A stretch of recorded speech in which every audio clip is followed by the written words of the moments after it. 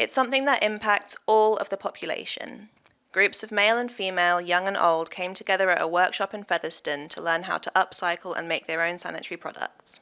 Wairarapa MP Kieran McAnulty attended the workshop to address the important issue of period poverty and to learn for himself. Ultimately, 50% of the population at some point in their lives require sanitary products, and it's a cost thing for many people, and it's also not all that environmentally friendly.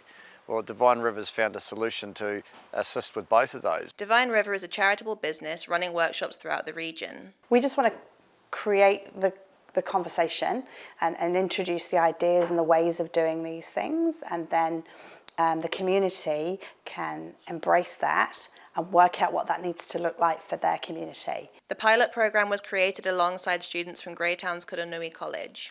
They were encouraged to take part in an open forum on sustainability and period politics. We had 52 students who came, and 20% of those identified as male, and they got to understand the environmental impact of these decisions we make. And we learnt so much even at that first workshop. We seem to learn something everywhere we go, really. Educating young girls about alternatives to disposable period products helps them make the choice that's right for them. We want to introduce them to reusable products, and to make them themselves is a really good option, because it means that they get to talk about it while we're doing community workshops. It's a really lovely feeling to get together with women of different generations. I think it's really important. Sustainability is also a focus, with many period products resulting in substantial waste. Even with reusable period products, a lot of it can still have synthetic fibres in it and microplastics. So when we wash them, that goes into the water system, goes into the sewage, goes into the oceans, and can end up in our food if we're eating fish. So, we've got to think about those broader elements to all those choices we make in our lives. The workshops are open to everyone, with no prior sewing skills needed. We get people who've never seen a sewing machine before.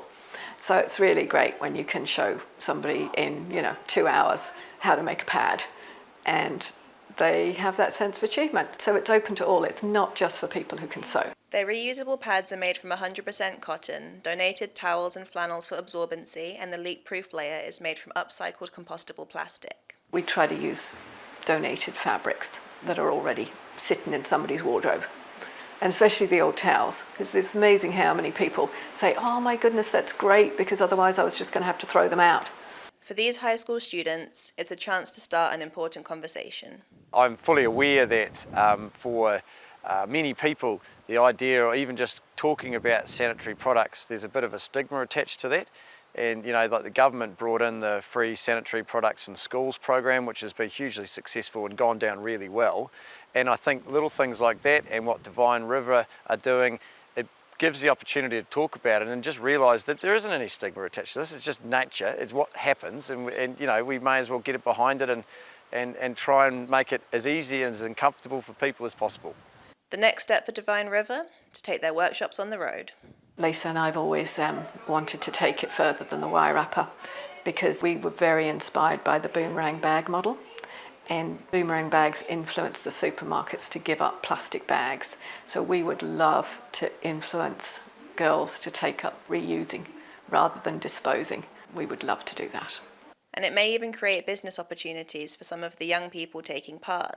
So the social enterprise piece is around, especially when we're working with the youth section of the community in schools, in the high schools and the sort of higher end of the primaries, is really around having that conversation with the youth around how they can take some of the ideas that we're introducing and developing with them as part of the programs, and how they can take those and either provide these products for their own community by some sort of enterprise within the school, or that they can make social enterprise businesses out of this, that they can make a living for themselves, but actually can be doing something really cool for their community too. McAnulty said the Wairarapa region is the perfect launching pad. We've got so many little towns in this valley that have phenomenal communities and a real strong community spirit, and to be able to set up something that's going to benefit so many people, but in a way that brings the community together and they can within themselves become self-sufficient and sustainable, I think that's great. Divine River has completed 10-week courses at Fair and Creative Space, Kuranui and Makolda College. But this is only the start. It's now moving on to other schools in the region and introducing EcoPad sessions in all Carterton and Featherston schools. Ellie Franco, Local Focus.